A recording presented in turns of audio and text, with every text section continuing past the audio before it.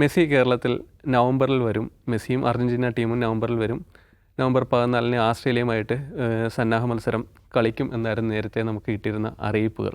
എന്നാൽ ഇപ്പോൾ തന്നെ അർജൻറ്റീനയെ കേരളത്തിൽ കൊണ്ടുവന്ന അവരുടെ സ്പോൺസറായ റിപ്പോർട്ടർ ബ്രോഡ്കാസ്റ്റിംഗ് ടീം തന്നെ ഒഫീഷ്യലി അറിയിച്ചിട്ടുണ്ട് അർജൻറ്റീന ടീം ഈ നവംബറിൽ കേരളത്തിലേക്ക് എത്തില്ല എന്നുള്ളത്.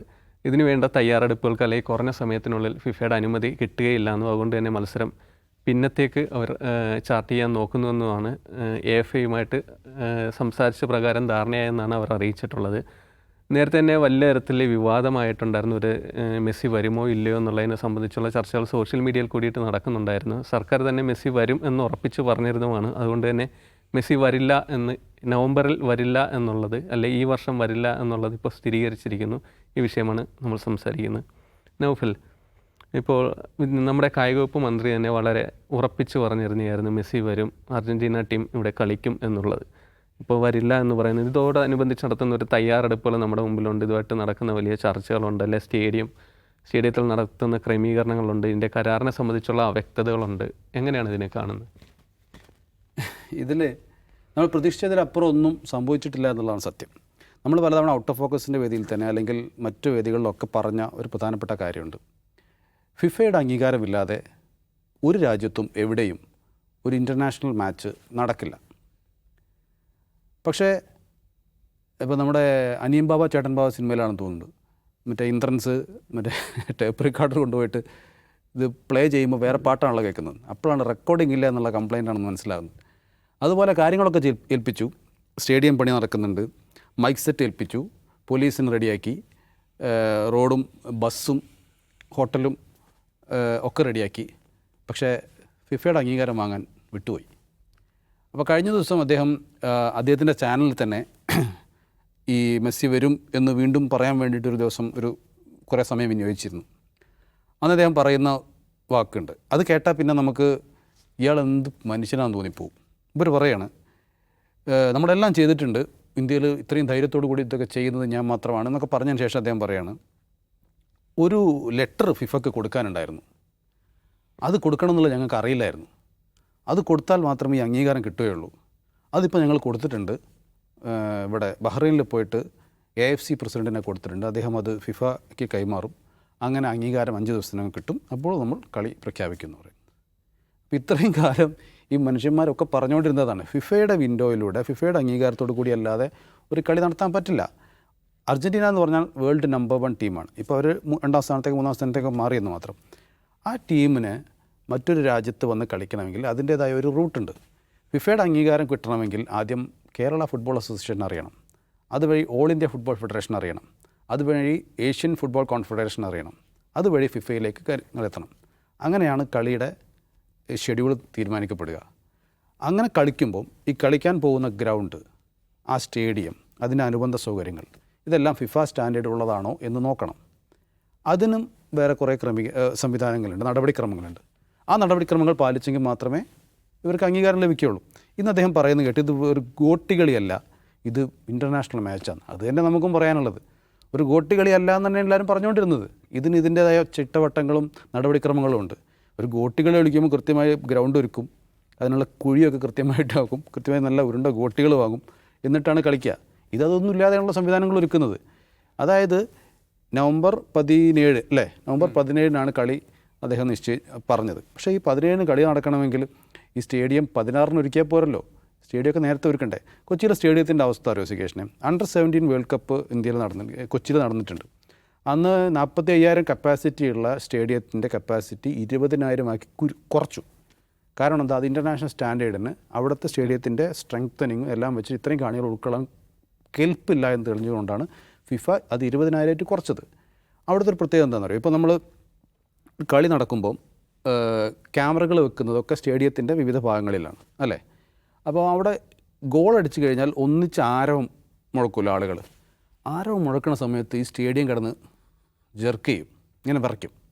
അപ്പോൾ എന്താ സംഭവിക്കുന്നത്? നമ്മളിപ്പോൾ കളിക്കുന്നതിൻ്റെ ഒരു ക്ലോസ് വിഷ്വലിലേക്ക് നമ്മൾ പോകുന്നു വെച്ചോ, സ്റ്റേഡിയം ജെർക്ക് ചെയ്യുമ്പം ക്യാമറ ജെർക്ക് ചെയ്യും. അപ്പം ആ സ്ക്രീനിൽ അതിങ്ങനെ ക്ലോസ് വിഷ്വൽ കാണാൻ ജെർക്ക് ചെയ്ത് കാണിക്കുന്നത്. ആ ഒരു അവസ്ഥയാണ് കലൂർ സ്റ്റേഡിയത്തിനുള്ളത്. അങ്ങനെ ഒരു സ്റ്റേഡിയത്തിന് അംഗീകാരം കിട്ടുമെന്ന് നമുക്ക് പ്രതീക്ഷിക്കാൻ വയ്യ. അദ്ദേഹം അവിടുത്തെ ചെയർസ് മാറ്റുന്നു, ഡ്രസ്സിംഗ് റൂം മോടി പിടിപ്പിക്കുന്നു, ഫ്ലഡ് ലൈറ്റ് മാറ്റുന്നു, ഇതെല്ലാം അദ്ദേഹം മാറ്റുന്നുണ്ട്. പിന്നെ പിച്ച് ശരിയാക്കുന്നു, ഒക്കെ ചെയ്യുന്നുണ്ട്. പക്ഷേ ഇതിൻ്റെ സ്ട്രെങ്ത്ത് വളരെ പ്രധാനപ്പെട്ടതാണ്. ഇത്രയും കാണികളെ ഉൾക്കൊള്ളാൻ ആ സ്റ്റേഡിയത്തിന് പറ്റുമോ എന്നുള്ള കൃത്യമായ ടെക്നിക്കൽ പരിശോധന നടത്തിയതിന് ശേഷമേ തീരുമാനം വരികയുള്ളൂ. അപ്പോൾ അത്തരം കാര്യങ്ങളൊക്കെ ഒരു ഭാഗത്ത് നിൽക്കുന്നുണ്ട്. ഇതൊക്കെ നിൽക്കുമ്പോൾ ഇദ്ദേഹം വീണ്ടും വീണ്ടും പറഞ്ഞുകൊണ്ടിരിക്കുകയായിരുന്നു വരും. പക്ഷേ ഇതിൻ്റെ അപ്പുറത്തെ ഇതിൻ്റെ പ്രശ്നം അതൊന്നുമല്ല. സത്യത്തിൽ ഈ കളി നടത്തുന്നത് ആരാണ്? ഈ പറയുന്ന റിപ്പോർട്ടർ ബ്രോഡ്കാസ്റ്റിംഗ് കമ്പനി എന്ന് പറഞ്ഞാൽ സ്പോൺസറാണ്. ഇപ്പോൾ കളി നടത്തുന്ന ആരാ? ഇപ്പോൾ നമ്മൾ മീഡിയ വൺ കോഴിക്കോട് ബീച്ചിലൊരു ഗാനമേള നടത്തുന്നു. ഓക്കെ, ഒരു പരസ്യ കമ്പനിയാണ് അതിൻ്റെ സ്പോൺസർ. അപ്പോൾ പരിപാടി നടത്തുന്നത് മീഡിയ വൺ ആണ്. ആ പരസ്യ കമ്പനിയാണ് സ്പോൺസർ. അപ്പോൾ പരിപാടി എങ്ങനെ വേണമെന്നും ഏത് പാട്ടുകാരൻ പാടണമെന്നും എപ്പോൾ പാടണം, എത്ര മണി മുതൽ എത്ര മണി വരെ പരിപാടി നടത്തണമെന്ന് തീരുമാനിക്കുന്ന ആരാ? മീഡിയ വൺ ആണ്, അല്ലാതെ ഈ പരസ്യ കമ്പനിയല്ല, അല്ലേ? അപ്പോൾ അങ്ങനെയാണെങ്കിൽ ഇവിടെ സർക്കാരാണ് അല്ലെങ്കിൽ കായിക വകുപ്പാണ്, വി അബ്ദുറഹ്മാനാണ് നടത്തിപ്പുകാരനെങ്കിൽ സ്പോൺസർ മാത്രമാണ് ഈ റിപ്പോർട്ടർ. പക്ഷെ ചെയ്യുന്നത് എന്താ? എല്ലാം റിപ്പോർട്ടർ ചെയ്യും. പക്ഷേ ഇതിൽ തമാശ എന്ന് വെച്ചാൽ മെസ്സി വരുമെന്ന് തോന്നിക്കഴിഞ്ഞാൽ അപ്പം മന്ത്രി പ്രത്യക്ഷപ്പെടും, എന്നിട്ട് പറയും ഇത് ഞങ്ങളാണ് നടത്തുന്നത്. പുലിവാൽ കല്യാണത്തിന് എന്തെങ്കിലും പ്രശ്നം ഉണ്ടായിക്കഴിഞ്ഞാൽ മന്ത്രി അപ്പം പറയും അത് സ്പോൺസറോട് ചോദിക്കുന്നു പറയും. എനിക്കറിയാം, ഈ അവലോകനമൊക്കെ നടന്നല്ലോ, ഈ മുഖ്യമന്ത്രിയുടെ അധ്യക്ഷതയിൽ ഒരു അവലോകനം നടത്തിയായിരുന്നു തിരുവനന്തപുരത്ത്. സാധാരണ ഈ അവലോകനയോഗത്തിൻ്റെ വിഷ്വൽസ് ഒന്നും പുറത്തു വരാറില്ല. പക്ഷേ ഈ അവലോകനയോഗത്തിൻ്റെ വിഷ്വൽസ് പുറത്തു വന്നു. മുഖ്യമന്ത്രി അധ്യക്ഷത വഹിക്കുന്ന അവലോകനയോഗത്തിൻ്റെ വിഷ്വൽസ് പുറത്തു വന്നു. അതായത് അന്ന് മെസ്സി വരുമെന്നുള്ള പ്രതീതിയായിരുന്നു. അപ്പം മുഖ്യമന്ത്രിക്കും പാർട്ടിക്കും സർക്കാരിനൊക്കെ തോന്നിക്കാണാം ഒരു നമുക്ക് ഒരു മൈലേജ് കിട്ടുന്നൊരു കേസാണല്ലോ. ആ വിഷ്വൽസൊക്കെ പുറത്തു വന്നു. അതിനുശേഷം മെസ്സി വരില്ല എന്നുള്ള വാർത്തകൾ വന്നു തുടങ്ങിയതിനു ശേഷം പിന്നെ ആരെങ്കിലും മിണ്ടിയോ? ഏതെങ്കിലും ഫേസ്ബുക്ക് പോസ്റ്റിൽ നമ്മൾ കണ്ടോ? ഒന്നും കണ്ടില്ല. അപ്പോൾ ഇതിലൊരു കളി നടക്കുന്നുണ്ട്. ഈ കലൂർ സ്റ്റേഡിയം 70 കോടി ചെലവിൽ നവീകരിക്കുന്നു എന്നുള്ളതാണ് ഈ സ്പോൺസർ പറയുന്നത്. അതായത് ഈ സ്റ്റേഡിയം ഇൻ്റർനാഷണൽ സ്റ്റാൻഡേർഡിലേക്ക് മാറ്റിയാലേ, ഫിഫ സ്റ്റാൻഡേർഡിലേക്ക് മാറ്റിയാൽ കളി നടക്കുള്ളൂ, അതുകൊണ്ട് നവീകരിക്കുന്നു. പക്ഷേ ഇത് GCDയുടെ അണ്ടറിലുള്ള ഒരു സ്റ്റേഡിയമാണ്. ഈ സ്റ്റേഡിയം ഒരു സ്വകാര്യ വ്യക്തി നവീകരിക്കുന്നുണ്ടെങ്കിൽ, അതിൽ പണി നടത്തുന്നുണ്ടെങ്കിൽ അതിനൊരു കരാർ വേണ്ടേ? ആരുമായിട്ടാണ് കരാറുണ്ടാക്കിയത്? ഇന്ന് ആൻഡോയോട് ആ ചോദ്യം ചോദിക്കുമ്പോൾ അദ്ദേഹം പറയുന്നത് സ്പോർട്സ് കേരള ഫെഡറേഷൻ SKF എന്ന് പറയുന്ന കേരളത്തിൻ്റെ കായിക വകുപ്പിൻ്റെ സ്ഥാപനമുണ്ട്. ഈ സ്ഥാപനവുമായിട്ടാണ് GCDA കരാറുണ്ടാക്കിയത്, SKFുമായിട്ടാണ് ഞങ്ങൾ കരാറുണ്ടാക്കിയതെന്നൊക്കെ പറയുന്നുണ്ട്. ആ കരാർ എവിടെ നിന്ന് ചോദിക്കും, അത് നിങ്ങൾ വിവരാവകാശം വഴി എടുത്തോളൂ എന്ന് പറയുന്നുണ്ട്. മന്ത്രിയോട് ചോദിക്കുമ്പോൾ മന്ത്രി പറയുന്നു കരാറൊക്കെ ഇദ്ദേഹം ആദ്യം പണി നടത്തട്ടെ, അദ്ദേഹം നമുക്ക് വേണ്ടി ഈ ഇത്രയും പണം ചിലവാക്കി സ്റ്റേഡിയം നവീകരിക്കില്ല, നടത്തട്ടെ, അത് കഴിഞ്ഞിട്ട് നമുക്ക് നോക്കാം എന്ന് പറയുന്നു. ഒരു കരാറില്ലാതെ ഇദ്ദേഹം മുന്നോട്ട് പോകുമെന്ന് തോന്നുന്നുണ്ടോ? അല്ലെങ്കിൽ ഇത്രയും പണം ചിലവാക്കി സ്റ്റേഡിയം നവീകരിച്ചതിൻ്റെ ഒരു ഗുണം കിട്ടാൻ ഈ സ്പോൺസർ ആഗ്രഹിക്കുന്നുണ്ടാവില്ലേ? അതെന്തായിരിക്കും? ഈ സാധാരണ ഒരു സ്റ്റേഡിയം, ഇപ്പം കേരള ബ്ലാസ്റ്റേഴ്സിൻ്റെ ഹോം ഗ്രൗണ്ടാണ് കലൂർ സ്റ്റേഡിയം. അപ്പോൾ അതിൻ്റെ മെയിൻ്റനൻസ് ചുമതല ഒരു സബ് കോൺട്രാക്റ്റ് പോലെ അത് പിന്നെ ബ്ലാസ്റ്റേഴ്സിനാണുള്ളത്. അവരാണ് അതിൻ്റെ മെയിൻ്റനൻസ് വർക്കുകളൊക്കെ നടത്തുക. തിരുവനന്തപുരത്തെ പിന്നെ കാര്യവട്ടം സ്റ്റേഡിയത്തിൽ KCAയുടെ അണ്ടറിലാണ് അവിടെ കളികളും ബാക്കിയൊക്കെ നടക്കുക. അപ്പോൾ KCAക്കാണ് അതിൻ്റെ മെയിൻ്റനൻസ് ചുമതലയൊക്കെ ഉണ്ടാവുക. അപ്പോൾ അതുപോലെ അതിൻ്റേതായ ഒരു വ്യവസ്ഥയും കരാറും ഒക്കെ ഉണ്ടാവും. അങ്ങനെ എന്ത് കരാറാണ് ഇതിൻ്റെ പിന്നിലുള്ളത്? ആ കരാർ എന്താണ്? ആ കരാറിലെ വ്യവസ്ഥകൾ എന്താണ്? ഇതിനെക്കുറിച്ചൊക്കെ വല്ല അറിവുണ്ടോ? ആർക്കും അറിവില്ല. അപ്പം ഇതിലൊക്കെ എവിടെയൊക്കെയോ എന്തൊക്കെയോ കളികൾ നടക്കുന്നുണ്ട്. ഇനി മാർച്ച് വിൻഡോയിൽ കളി വരുമെന്ന് പറയുന്നു. മാർച്ച് വിൻഡോയിൽ പോസിബിലിറ്റീസ് ഉണ്ട്, സത്യമാണ്. പക്ഷേ ഇവർ ഏത് റൂട്ടിലാണ് പോയത്, എങ്ങനെയാണ് ഇവർ കാര്യങ്ങൾ ചെയ്തത് എന്നൊക്കെ ഉള്ളത് ഇനിയും വളരെ ദുരൂഹമായി നിൽക്കുകയാണ്. അപ്പോൾ ആ ദുരൂഹതയൊക്കെ മാറ്റേണ്ടതുണ്ട്. ഇതിൻ്റെ പിന്നിൽ വേറെ എന്തെങ്കിലും കളികൾ നടക്കുന്നുണ്ടോ? ഇതൊന്നും നമുക്കറിയില്ല. അപ്പോൾ നിലവിലുള്ള അവസ്ഥയിൽ നവംബറിൽ വരില്ല എന്നുള്ള തോന്നൽ നേരത്തെ തന്നെ നമ്മൾ പ്രകടിപ്പിക്കുകയും അതിന് കാരണങ്ങൾ നിരത്തുകയും ചെയ്യും. ഇന്ന കാരണങ്ങൾ കൊണ്ടാണ്, അല്ലാതെ മെസ്സി വരുന്നതിലുള്ള പ്രശ്നങ്ങൾ കൊണ്ടല്ല. മെസ്സി വരേണ്ടതാണെങ്കിൽ വരാൻ കഴിയുമെങ്കിൽ വരേണ്ടത് തന്നെയാണ്. പക്ഷേ അതിന് പിന്നിൽ പലരും പല പ്രശ്നങ്ങൾ ചൂണ്ടിക്കാണിച്ചപ്പോൾ അതിനെല്ലാം വളരെ മോശമായി. ഇപ്പോഴും ഇന്നും പത്രക്കാരോട് പറയുന്നത് നിങ്ങൾക്കിതിനെക്കുറിച്ച് ധാരണയില്ല, നിങ്ങൾക്കിതിനെക്കുറിച്ച് ധാരണ. പിന്നെ ധാരണ ഉണ്ടായിരുന്ന ഇദ്ദേഹത്തിനാണോ? ഇദ്ദേഹത്തിന് ഫിഫയ്ക്ക് കത്തയക്കണം തോന്നിക്കഴിഞ്ഞത് കഴിഞ്ഞ ആഴ്ചയാണ്. അപ്പോൾ അങ്ങനെ പറയുന്ന ഒരാളിൽ നിന്ന് നമ്മൾ എന്താ പ്രതീക്ഷിക്കേണ്ടത്? അപ്പോൾ മാർച്ചിലും ഇനി എന്തൊക്കെ പ്രശ്നം ഉണ്ടാവും നമുക്കറിയില്ല. നിലവിലെ അവസ്ഥയിൽ ഇത് ശരിയായ റൂട്ടിലല്ല പോയിരുന്നത്, അതാണ് സംഭവിച്ചത്. അതേ വഴി തന്നെ ശരിയായ റൂട്ടിലല്ല പോകുന്നതെങ്കിൽ ഇനിയും കാര്യങ്ങൾ നടക്കാനുള്ള സാധ്യത ഞാൻ കാണുന്നില്ല. അതെ, ജിൻസ്, നവംബറിൽ ഒരു മത്സരമാണ് അന്താരാഷ്ട്ര തലത്തിൽ അർജൻറ്റീനക്കുള്ളത്. പിന്നീട് ഇപ്പോൾ പറയുന്ന മാർച്ച് വിൻഡോ ഓപ്പൺ ചെയ്യട്ടെ എന്നുള്ളതാണ്. ജൂണിൽ വേൾഡ് കപ്പ് വരുന്നു. പിന്നെ വേൾഡ് കപ്പിന് വേണ്ടിയിട്ട് അർജൻറ്റീനക്ക് ഒരുങ്ങണം. അപ്പോൾ ആ സമയത്ത് നടന്നില്ലെങ്കിൽ വേൾഡ് കപ്പിന് ശേഷം വീണ്ടും മെസ്സി അർജൻറ്റീനയ്ക്കായി ഉണ്ടാകുമോ ഇല്ലയോ എന്നുള്ള കാര്യം ഇല്ല, വിരമിച്ചേക്കും എന്നുള്ള തന്നെയാണ് റിപ്പോർട്ടുകൾ വരുന്നത് കൂടിയിട്ട്. അപ്പോൾ വീണ്ടും അർജൻറ്റീന വരുമോ, വരുന്ന സമയത്ത് മെസ്സി ഉണ്ടാകുമോ, ഇങ്ങനെയൊക്കെയുള്ള കുറേ ആശങ്കകളല്ലേ. അല്ല, മാർച്ചിൽ നടത്താൻ പറ്റിയല്ലോ, നല്ല കാര്യമാണ്. അങ്ങനെ പറ്റി. പക്ഷേ മാർച്ചിൽ നടത്താൻ ഈ സ്പോൺസറും കേരള സർക്കാരും സന്നദ്ധരാകുമെന്ന് നമുക്കറിയില്ല. അതിൻ്റെ കാരണം ഏപ്രിൽ ഇലക്ഷൻ ആയിരിക്കും മിക്കവാറും. അപ്പോൾ ഇലക്ഷന് തൊട്ട് മുമ്പൊക്കെ ഒരു മത്സരം നടത്താൻ പറ്റിയൊരു സാഹചര്യം കേരളത്തിലുണ്ടോ എന്ന് നമുക്കറിയില്ല. ഈ മെസ്സി വരുമോ അർജൻറ്റീന വരുമോ എന്നുള്ള ചോദ്യത്തിൽ ഒരു പക്ഷേ ഈ കഴിഞ്ഞ ഒരു 6-7 മാസത്തിനിടയ്ക്ക് ഏറ്റവും കൂടുതൽ തെറി കേട്ട ഒരാൾ ഞാനായിരിക്കും. എൻ്റെ ഫേസ്ബുക്കിലും ഇൻബോക്സിലൊക്കെ വന്ന് എത്രയോ ആൾക്കാരോട്, നമുക്കൊരു പരിചയമില്ലാത്ത ആളുകൾ വന്നിട്ട്, അതിൽ പല ടൈപ്പ് ആളുകളുണ്ട് കേട്ടോ. ഇപ്പോൾ അർജൻറ്റീന ഫാൻസ് ഉണ്ട്, മെസ്സി ഫാൻസ് ഉണ്ട്. അപ്പോൾ നമ്മളൊരു ചാനലാണ്, മറ്റൊരു ചാനൽ സ്പോൺസറായ ഒരു ഇവൻറ്റ് അത് നടക്കാൻ സാധ്യതയില്ല എന്ന് നേരത്തെ മുൻകൂട്ടി പറഞ്ഞതാണ് അവരെ പ്രകോപിപ്പിച്ചത്.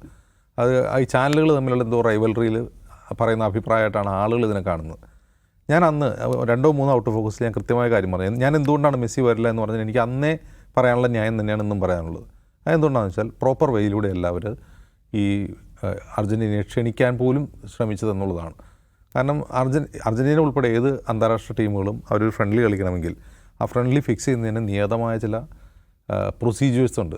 ആ പ്രൊസീജിയേഴ്സിൽ ഏറ്റവും പ്രധാനപ്പെട്ടത്, ഇപ്പോൾ ഞാൻ അന്ന് തന്നെ ആദ്യത്തെ ഔട്ട് ഓഫ് ഫോക്കസ് പറഞ്ഞൊരു കാര്യമുണ്ട്. ഓൾറെഡി ഈ നവംബറിൽ ഇപ്പോൾ നടക്കാൻ പോകുന്ന അങ്കോളയിൽ നടക്കുന്ന മത്സരം കഴിഞ്ഞ വർഷം ഡിസംബറിൽ കരാറൊപ്പിട്ടതാണ്, കഴിഞ്ഞ കൊല്ലം ഡിസംബറിൽ.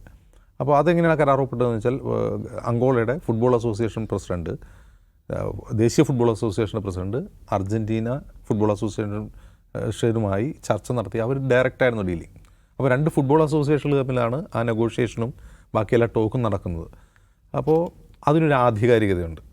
ഈ ആധികാരികത എന്ന് വെച്ചാൽ 2 രാജ്യങ്ങളുടെ ഫുട്ബോൾ അസോസിയേഷനുകൾ തമ്മിലാണ് സംസാരം നടക്കുന്നത്. ഇപ്പോൾ കേരളത്തിൻ്റെ അവസ്ഥ എന്ന് പറഞ്ഞാൽ, ഇപ്പോൾ കേരളം ഒരു സംസ്ഥാനമാണ്. അപ്പോൾ നമുക്ക് ഇന്ത്യൻ ഫുട്ബോൾ അസോസിയേഷനുണ്ട്. ഇന്ത്യൻ ഫുട്ബോൾ അസോസിയേഷൻ ഇതിൽ ഇടപെടുന്നില്ല. പിന്നെ കേരളമാണ്. കേരളത്തിലെ കായിക മന്ത്രി ആദ്യം എന്ത് ചെയ്യുന്നു, 13 ലക്ഷം രൂപ മുടക്കി അദ്ദേഹം സ്പെയിനിലെ മാഡ്രിഡിൽ ചെന്ന് അർജൻറ്റീന ഫുട്ബോൾ അസോസിയേഷനുമായി സംസാരിക്കുന്നു. അവരുമായി ഒപ്പം നിൽക്കുന്ന ഫോട്ടോയൊക്കെ പുറത്തു വിടുന്നു. അപ്പോൾ കായിക മന്ത്രി അങ്ങനെ പോയി സംസാരിക്കുമ്പോൾ ഈ ഇവൻറ്റിൻ്റെ മാനേജ്മെൻറ്റ് ചെയ്യേണ്ടതാരാണ്? കേരള സർക്കാരായിരിക്കണം, അല്ലെങ്കിൽ കേരള ഫുട്ബോൾ അസോസിയേഷൻ ആയിരിക്കണം. പകരം എന്താണ് ചെയ്തത്? അദ്ദേഹം തിരിച്ചു വന്നിട്ട് എന്താ പറഞ്ഞത്, നമുക്ക് സ്പോൺസറെ കണ്ടെത്തണം. അപ്പോൾ പിന്നെ പറയുന്നു സ്പോൺസറായിട്ട് ഇങ്ങനെ ഈ പറയുന്ന ചാനൽ കമ്പനിയുണ്ട്, അവരാണ് ഇതെല്ലാം ചെയ്യുക, സർക്കാരിന് ഇതിൽ പ്രത്യേകിച്ച് റോളൊന്നുമില്ല എന്നാണ് പറയുന്നത്. അങ്ങനെ ഒരു പരിപാടി നടക്കില്ലല്ലോ. അങ്ങനെ ഒരു പരിപാടി നടക്കില്ല. സ്പോൺസർ എന്ന് പറഞ്ഞാൽ അതിന് പണം മുടക്കുന്ന ആൾ എന്ന് മാത്രമേ അർത്ഥമുള്ളൂ. ആ ഈവൻറ്റിന് പണം മുടക്കുന്ന ആളാണ് സ്പോൺസർ. ഓർഗനൈസിങ് ആരാണ് എന്നുള്ള ചോദ്യത്തിൽ ഈ മാസങ്ങളിലൊന്നും ആർക്കും ഒരു ഉത്തരവില്ല. അപ്പോൾ ഓർഗനൈസർ ആയിട്ട് ആരും ഇല്ലാതിരിക്കുക, കേരള സർക്കാരോ കേരള ഫുട്ബോൾ അസോസിയേഷനോ ഇല്ലാതിരിക്കുക, സ്പോൺസർ തന്നെ ഞങ്ങൾ നടത്താമെന്ന് പറഞ്ഞ രംഗത്ത് വരികയാണ്. അവർ ബാക്കിയുള്ള തുടർ ചർച്ചകൾ അവരാണ് നടത്തുന്നത്. സ്പോൺസറുടെ പണിയെന്ന് വെച്ചാൽ പണം കൊടുക്കുക എന്നുള്ളതാണ്. ഇപ്പോൾ ഈ 130 കോടി കൊടുത്തു എന്ന് പറഞ്ഞില്ലേ, ആ പണം കൊടുക്കേണ്ടത് അവരാണ്. അത് കൊടുക്കുക, അത് ഓക്കെയാണ്. പക്ഷേ ഇതിൻ്റെ ഓർഗനൈസേഷൻ ആരാണ്, ഇതാരാണ് സംഘടിപ്പിക്കുന്നത്? ആ ചോദ്യത്തിന് ഇപ്പോഴും മറുപടിയില്ല. അവിടെ എന്ത് ചെയ്യുന്നു, സ്പോൺസർ ഞാൻ തന്നെ ചെയ്യാം എന്ന് പറഞ്ഞ് മുന്നോട്ട് വരുന്നു. എന്നിട്ട് ഈ സ്പോൺസർ എന്താണ് ചെയ്തത്? അതായത് ഒരു ഫ്രണ്ട്ലി മാച്ച് നമുക്കൊരു ഫിക്സ് ചെയ്യണമെങ്കിൽ ആദ്യം ചെയ്യേണ്ടത് ഫിഫ അക്രഡിറ്റഡ് ഏജൻസികളെ സമീപിക്കുകയും, ഇപ്പം ഞാൻ ഇനി അവരെ കൊണ്ടുവരാൻ ശ്രമിക്കുന്നുണ്ടല്ലോ, ഇതുവരെ അങ്ങനെ ഏതെങ്കിലും ഏജൻസി ഇതിൽ ഇടപെട്ടതായിട്ട് നമുക്കറിയില്ല, ഒരു വാർത്തകളിൽ ഞാൻ കണ്ടിട്ടില്ല. ഒരു ഫിഫ അക്രഡിറ്റഡ് ഏജൻസിയെ സമീപിച്ച് അർജൻറ്റീന ഫുട്ബോൾ അസോസിയേഷൻ നെഗോഷിയേറ്റ് ചെയ്യണം. അതല്ലെങ്കിൽ എന്ത് ചെയ്യണം, ഇന്ത്യൻ ഫുട്ബോൾ അസോസിയേഷൻ നേരിട്ട് അർജൻറ്റീന ഫുട്ബോൾ അസോസിയേഷൻ നെഗോഷിയേറ്റ് ചെയ്യണം. ഇത് രണ്ടും നടക്കുന്നില്ല. ഇത് രണ്ടും നടക്കാതിരിക്കെ ആരോടാണ് ഈ സ്പോൺസർമാർ സംസാരിക്കുന്നത്? അതൊരു പ്രധാനപ്പെട്ട പ്രശ്നമാണ്. ഇപ്പോൾ നമ്മൾ ഈ ചർച്ച നടന്നതിന് ശേഷം ആ സ്പോൺസർമാർ തന്നെ നമ്മൾ ഔട്ട് ഓഫ് ഫോക്കസിൽ സംസാരിക്കുന്ന വീഡിയോ കട്ട് ചെയ്ത് വരും കേട്ടോ എന്നൊക്കെ പറഞ്ഞിട്ടുള്ള വീഡിയോകളിട്ട് നമ്മൾ പരിഹസിക്കുന്നുണ്ടായിരുന്നു. അതിനുശേഷം ഞാൻ കണ്ടൊരു വീഡിയോയിൽ അർജൻറ്റീന ഫുട്ബോൾ അസോസിയേഷൻ്റെ ആസ്ഥാനത്ത് ഈ സ്പോൺസർമാരുടെ കമ്പനിയുടെ ഒരു ഡയറക്ടർ അവിടെ പോയി സന്ദർശിക്കുന്നൊരു ഫോട്ടോ, അതിന് മുമ്പിൽ നിന്നൊരു ഫോട്ടോ എടുത്തിട്ടുണ്ടായിരുന്നു. ഇന്ന് ഞാനിവിടെ ഒരു ഫോട്ടോ കണ്ടു. AFA പ്രസിഡൻറ്റുമായിട്ടാണെന്ന് തോന്നുന്നു അവരിലൊരാൾ പോസ്റ്റ് ചെയ്യുന്നത്, തിരിഞ്ഞു നിന്ന് സംസാരിക്കുന്നത്. ആ പടത്തിൻ്റെ വീഡിയോ വീഡിയോ അതെന്താണെന്ന് എനിക്ക് മനസ്സിലാവുന്നില്ല. ചിലപ്പോൾ അവർ നേരിട്ട് സംസാരിച്ചിട്ടുണ്ടാവും. ഇനിയിപ്പോൾ ഇവർ നേരിട്ട് സംസാരിച്ചാൽ തന്നെ എന്താ സംഭവിക്കുക? ഒന്ന്, അർജൻറ്റീന എന്ന് പറഞ്ഞ രാജ്യം, ഇവർ രണ്ടുപേരും അർജൻറ്റീനയിൽ പോയിരുന്നു. ഓക്കെ, അർജൻറ്റീന എന്ന് പറയുന്ന രാജ്യം സാമ്പത്തികമായി വളരെ ബുദ്ധിമുട്ടുള്ള രാജ്യമാണ്. ആ അസോസിയേഷനും ബുദ്ധിമുട്ടിലാണ്. അപ്പോൾ ഒരാൾ ഫ്രണ്ട്ലി കളിക്കാൻ വരാമോ, പൈസ തരാമെന്ന് പറഞ്ഞാൽ അവർ തീർച്ചയായിട്ടും സമ്മതിക്കും. അതിപ്പോൾ റിപ്പോർട്ടർ ചാനലല്ല, ആൻഡോ അഗസ്റ്റിനല്ല, ആര് പോയാലും അവർ സമ്മതിക്കും. അവർക്ക് ക്യാഷ് കിട്ടാൽ മതി. പക്ഷേ അതിൻ്റെ യഥാർത്ഥ നടപടിക്രമങ്ങളിലൂടെ അല്ല പോകുന്നതെങ്കിൽ അവർക്ക് മുന്നോട്ട് പോകാൻ കഴിയില്ല അത്തരം കാര്യങ്ങളിൽ. അതാണ് ഏറ്റവും വലിയ പ്രശ്നം. അപ്പോൾ ആദ്യം മെസ്സിയെയും അർജൻറ്റീനയും കേരളത്തിൽ കൊണ്ടുവരണമെന്ന് ഉദ്ദേശിക്കുന്നില്ല. അതിൻ്റെ പ്രോപ്പറായ വേയിലൂടെ ഒരു ഫിഫ അക്രഡിറ്റഡ് ഏജൻസിയിലൂടെ അർജൻറ്റീനയുമായിട്ട് സംസാരിക്കുക, ആ കരാറിലേക്ക് പോവുക എന്നുള്ളതാണ്. ഈ കരാറുണ്ടോ? അങ്ങനെ ഒരു കരാർ പുറത്തു വന്നിട്ടുണ്ട്. നമ്മളാരെങ്കിലും കണ്ടിട്ടുണ്ടോ അങ്ങനെ ഒരു കരാർ അർജൻറ്റീനയുടെ കൂട്ട്? 130 കോടി കൊടുത്തു എന്ന് പറയുന്നു. കൊടുത്തു എന്ന് അർജൻറ്റീന പറഞ്ഞിട്ടുണ്ട്. ഞങ്ങൾക്ക് പണം നൽകിയിട്ടുണ്ട് അവർ പറഞ്ഞിട്ടില്ല. ആകെ സംഭവിച്ചത് എന്താണ്? അർജൻറ്റീനയുടെ മാർക്കറ്റിംഗ് വിഭാഗം, കമേഴ്ഷ്യൽ വിഭാഗത്തിൻ്റെ ഒരു പ്രതിനിധി കൊച്ചി സ്റ്റേഡിയം സന്ദർശിച്ചു. യഥാർത്ഥത്തിൽ കമേഴ്ഷ്യൽ വിഭാഗമല്ലല്ലോ സ്റ്റേഡിയം സന്ദർശിക്കേണ്ടത്, അതിന് വേറെ എക്സ്പെർട്സ് ഉണ്ട്. അദ്ദേഹം വന്നിട്ട് നോക്കുമ്പോൾ അദ്ദേഹം മന്ത്രി വി അബ്ദുറഹ്മാനോട് സംസാരിക്കുന്നു. അവരതിൽ തൃപ്തരായിരുന്നില്ല, ആ സ്റ്റേഡിയത്തിൽ കളിക്കാൻ തൃപ്തരായിരുന്നില്ല. അപ്പോൾ നടക്കാത്തൊരു കാര്യത്തിന് വേണ്ടി സ്പോൺസർ ഇറങ്ങി പുറപ്പെട്ടു, സ്പോൺസർ ഓർഗനൈസറായി ഇറങ്ങി പുറപ്പെട്ടു എന്നുള്ളതാണ് ഇതിലൊരു പ്രധാനപ്പെട്ട കാര്യം. ഇനി ഇവിടെ നടന്നു എന്ന് പറയുന്ന കാര്യങ്ങൾ എന്തൊക്കെയാണ്? പണം കൊടുത്തു, 130 കോടി കൊടുത്തു. അതിന് റിസർവ് ബാങ്കിൻ്റെ അനുമതി വേണം. ആ അനുമതി കിട്ടുന്നില്ല എന്നുള്ളതായിരുന്നു കഴിഞ്ഞ ഓഗസ്റ്റിലോ അതിനു മുമ്പൊക്കെ ഈ സ്പോൺസർ പറഞ്ഞുകൊണ്ടിരുന്ന കാര്യം. ആ അനുമതി കിട്ടിയിട്ടില്ല, അത് കിട്ടിയ ഉടനെ പൈസ അയക്കും, അങ്ങനെയൊക്കെ എന്തൊക്കെയായിരുന്നു പറഞ്ഞുകൊണ്ടിരുന്നത്. ഇനി നമ്മൾ ശ്രദ്ധിക്കേണ്ട ഒരു പ്രധാനപ്പെട്ട കാര്യം, നമ്മൾ അധികം ശ്രദ്ധിക്കാതെ പോകുന്നൊരു കാര്യം, ഈ സ്പോർട്സ് ഇവൻറ്റുകൾ സംഘടിപ്പിക്കുക എന്ന് പറഞ്ഞാൽ വലിയ തോതിലുള്ള ടാക്സ് ഇവേഷൻ കിട്ടുന്നൊരു പണിയാണ്, നികുതി ഇളവ് കിട്ടുന്നൊരു പണിയാണ്.